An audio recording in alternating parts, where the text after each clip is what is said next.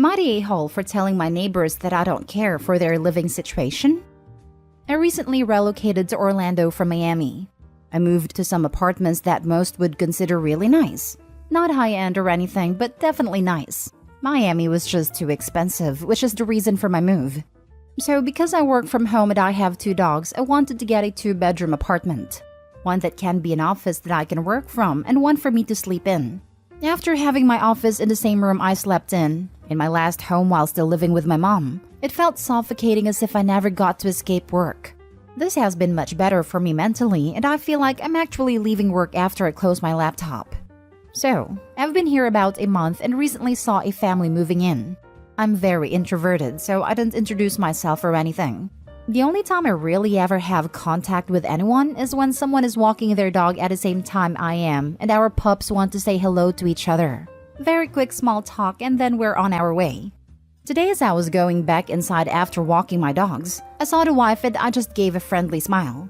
Nothing more. I decided I should throw the trash out before I clock in for the day just to get it out of the way. As I was walking back to my apartment, the wife stopped me to introduce herself. I introduced myself as well. She then asked if I lived with a girlfriend or anything. I told her no, it's just me and the pups. She gave me a strange look that I can only describe as annoyed.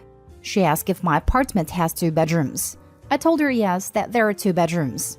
She asked me why I wanted 2 bedrooms when I live alone, and I explained to her the office/sleeping thing I mentioned above. Now this is the part where I may be the a-hole. She said it was really inconsiderate and rude to bigger families to take up a 2-bedroom apartment by myself. That her family of 4, husband, wife, 2 kids, have to share a 1-bedroom because people like me decide to steal the 2-bedroom apartments. I said that it sucks that you feel that way, but there's nothing I can do. And that's when she said I should trade apartments with her. I thought she was joking, so I just started laughing. Not a nervous laugh or anything. I just genuinely found her suggestion hilarious. I then said that her living situation doesn't concern me, and if she wanted a 2-bedroom apartment, she should have looked harder. She said she was going to report me to the building management, and I said that she should include reporting me to DeSantis, Florida governor, while she's at it. I went inside and left her there screaming like a crazy person. Am I the a-hole? Now for the top comments. I think laughter was the appropriate reaction. Next time, just ignore her and her family completely. Consider getting a doorbell camera because these people are clearly unhinged. Not the a-hole. Yep, that's the plan. Just never want to interact with them again. The doorbell camera I've had for some time, so definitely keeping that motion sensitivity as high as possible. If your family of 4 is living in a 1-bedroom apartment, it's not because you are living in a place that you can't afford and it suits your needs. It is because either she and her husband cannot afford a place that suits their needs and their desires, or because she and her husband are putting their desires above their actual needs. You're not the a-hole. She is the a-hole for being judgmental and having a highly flawed so-called logic that allows her to spew such a self-centered, inconsiderate nonsense. Not the a-hole. I very much doubt there are no other 2-bed apartments in the place where you live. She should rent one of those. She's being a mooch. I'm not trying to justify her reasoning, but I'm not going to lie. There was a wait list for these apartments. I actually had to wait about 6 months from the time I applied to when I actually got keys. Maybe she was in a sink or swim situation and got whatever she felt was the quickest solution. Did she also offer to pay higher rent for your apartment? Or simply exchange the flats? Not the a-hole, by the way. We never got to that part because of me laughing at her, so I don't really have an answer for that. Thank you for your judgment. Next story. Am I the a-hole for refusing to go to a friend's 21st birthday due to allergies? I, 21 female, was invited to my friend Stacy's, fake name, birthday celebration a few days ago. She has been very excited, as she is the last in our friend group to turn 21, and has been keeping her party planning mostly secret so she can surprise us all. Turns out, she organized for a few of our friends, as well as some other friends from her college cheer team, to have a picnic at our city's botanical gardens. I'm not sure if these are global, but it's basically a large park with lots of different plants. She picked out a spot right next to the rose display as they are her favorite flowers and hold a lot of sentimentality for her. The issue is, I am quite allergic to flowers. Think hay fever, but worse. I'm not anaphylactic, but my eyes become so itchy they can swell closed. My nose runs like a leaky tap, and very rarely I can struggle to breathe.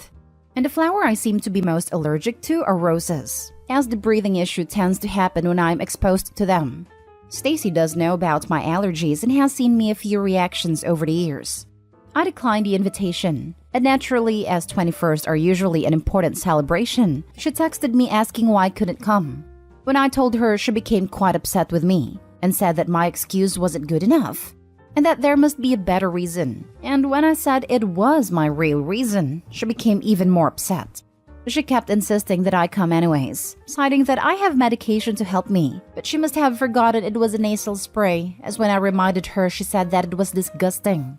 And she didn't want to see that on her birthday, even though I offered to run to the toilets when I needed to use it.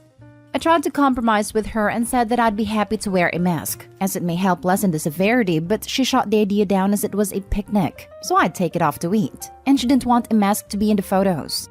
I also said that I'd be happy to take her out for breakfast earlier in the day so we could still hang out for her birthday, but she declined as she wanted all of her friends to celebrate together. I don't want to miss her birthday, but I don't want to ruin it by being a sniffly mess and possibly having a severe reaction. Am I the a-hole? Now for the top comments. Not the a-hole. Your friend is being a drama queen. You offered her a whole range of different options to allow you to participate, but none of them are good enough. Does she want you there or not? Or does she just want drama? If Opie did go, then the friend would complain about how she ruined photos with her runny nose and swollen eyes. Seems like a lose-lose situation to me. Not the a-hole. It's going to ruin the pictures anyway. If Opie has a red, snotty nose and swollen shut, watery red eyes. It's still the tail end of the pandemic where I live, and I would not want to be near a maskless, sneezing, coughing, it's just allergies person right now. She is not your friend. Opie, she clearly doesn't care about you or your well-being. She just cares about having the perfect photos. Don't waste your time trying to cater to someone so selfish. Not the a-hole, but you'd be the a-hole to yourself if you give in to her ridiculous demands. This. Who the hell tells someone their reason for not attending a birthday is not good enough? Let alone that reason is because the event is being held somewhere that affects your health? An allergy she is well aware of prior to picking it. She's not your friend. She had given zero consideration to your well-being. You were just there to fill in a spot in her photo op for best birthday ever. It was a nasal spray, and when I reminded her, she said that it was disgusting and she didn't want to see that. What the heck is disgusting about a nasal spray? It's not going around, I hope. Not the a-hole. You might even take all the focus from her on her birthday. If you were really petty, you should suffer the symptoms and go. Not the a-hole. It's a medicine that is a mist that you squirt into your nose. Probably something like Flonase. Stuff works like a charm for my wife, but it is kinda gross to watch, and her nose runs like a leaky faucet for a good 30 minutes after she uses it. Next story. Would I be the a-hole if I attend a wedding and my pregnancy is announced because I will not be drinking? My boyfriend, 34 male, and I, 31 female, have been dating for 12 years and just decided to start trying for a baby. We have not announced that we were trying for a baby because it will result in our families lecturing us about getting married and having a wedding. We do not want a wedding. And marriage isn't important to us. We have a family wedding to attend this weekend. Therefore, I took a pregnancy test just to double check before a weekend of heavy drinking. Well, it was positive, and we are so excited. I do not want to announce that I am pregnant until we go to the doctor or after 12 weeks. This happened so quickly, I am not sure what to do. The bride has been dreaming about her wedding day her whole life, and all the attention should be on her. I do not want to take her spotlight. This will be the first grandchild in the family, and I assume that everyone will be so excited. The problem is that I drink alcohol and get drunk at every family event. My family loves to party and we take shots together, shotgun beer together, and randomly challenge each other to chugging contests. I am fully involved in the festivities and instigate a lot of drinking. Basically, it will be very noticeable that I am not drinking and refusing shots. I am planning on pretending to drink beers by replacing it with water, but I don't think this will actually fool my family. We are staying at the hotel where the reception is taking place, therefore I cannot just say I am the designated driver. My family will notice that I am not drinking this weekend and correctly conclude that I am pregnant.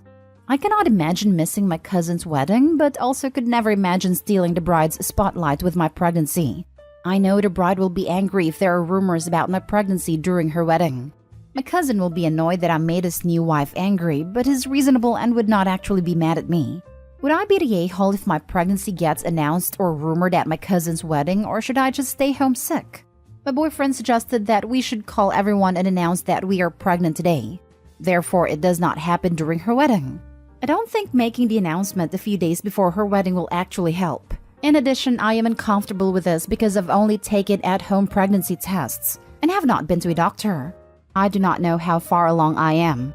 Plus, I am more terrified of the possibility of having to announce a miscarriage to the whole family. I hope I don't have a miscarriage, but it's a possibility with any pregnancy, and the chance drops significantly after 12 weeks according to the internet. You would be the a-hole. Just say you're taking a course of antibiotics and can't drink if anyone asks. This. If they get pushy, Flagyl specifically has a severe reaction with alcohol. I was told violent vomiting. That sounds like the perfect plan to me. Hope he can just say, "Oh, I had this terrible stomach bug last week, and I'm no longer contagious but have to finish my course of meds and absolutely cannot drink alcohol while taking that." Agreed. I legitimately didn't drink on one of my birthdays at a bar because I had to take antibiotics. No one suspected a different reason. I went to a wedding and a bridal shower as soon as I discovered I was pregnant. For the bridal shower, I got a glass of mimosa and still cheered with my friends and pretended to drink and nobody realized anything. Then after we announced, they were like, "Wait, but you were drinking at a bridal shower." No, I wasn't. For the wedding, I ordered Sprite with cranberry and ice. It looks exactly like vodka cranberry. Someone asked me what it was, and I said vodka cranberry, and they were excited to go get a glass for them too. When someone put a drink on my hand, I would accept it, either pretend to drink or give it to my husband. Nobody noticed anything. I still partied like crazy and everybody thought I was tipsy. When I went to the dessert table and said ice cream so excitedly that my friend laughed because he thought I was super drunk. I was just pregnant and really into ice cream. Haha. My biggest tip is, don't walk around holding a bottle of water. That's what gives it away. And it's actually really fun to pretend. My husband and I had a blast knowing nobody else knew our little secret. You're on antibiotics. You have a bet going.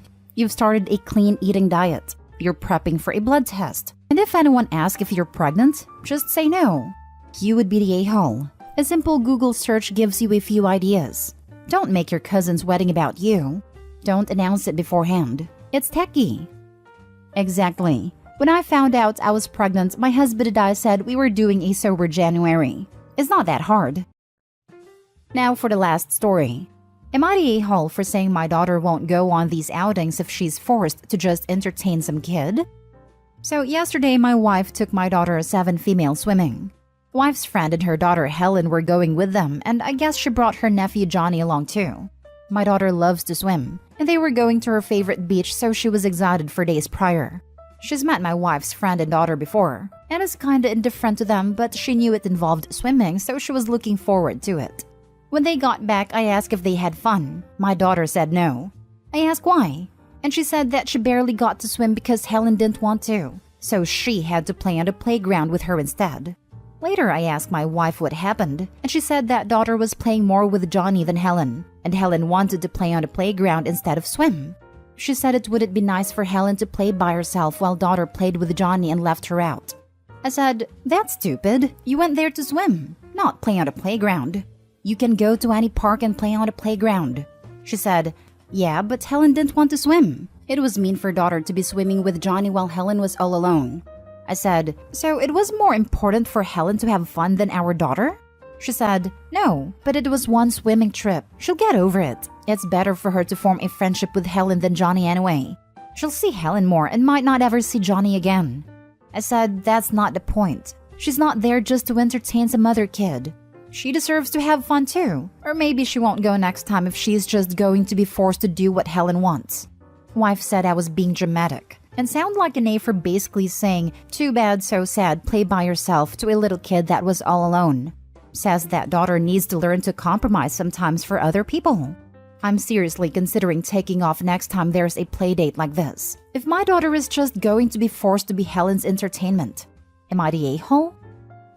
Not the a-hole. Sounds like Helen only has fun when she gets her way. That's how it'll be every time your daughter goes to play with Helen. By allowing this, Your daughter will not want to have play dates with Helen at all, which will create problems for your wife and her friend. It may not be a big deal now, but it could be if your wife doesn't understand what this could do to your daughter. If the daughter doesn't get to swim, as she was promised, then this was a false promise. Daughter will start to mistrust her mother. To be fair, there's nothing in this story that suggests Helen was the bad guy or that she only has fun when she gets her way. She just didn't want to swim. Opie's wife is the problem for forcing her daughter to play with her. Yeah, it's also possible that Helen was told it was a beach trip rather than a swimming trip. The adults should have done an okay, we'll do Helen's thing for half the time, and then we'll do daughter and Johnny's preference for half the time. And next time, we will communicate better about what we're planning to do during the trip. Not stay home. Your daughter deserves to have fun. That is not a compromise. Your wife told your daughter to be a doormat. This right here, OP. Your wife is teaching your daughter that other people's comfort is more important than her own. Compromise would be including both activities. Not the a-hole. Your wife is, though. Her idea of compromise is more like making your daughter a doormat so Helen didn't play alone. A good compromise would have been to play on the playground some, then go swimming.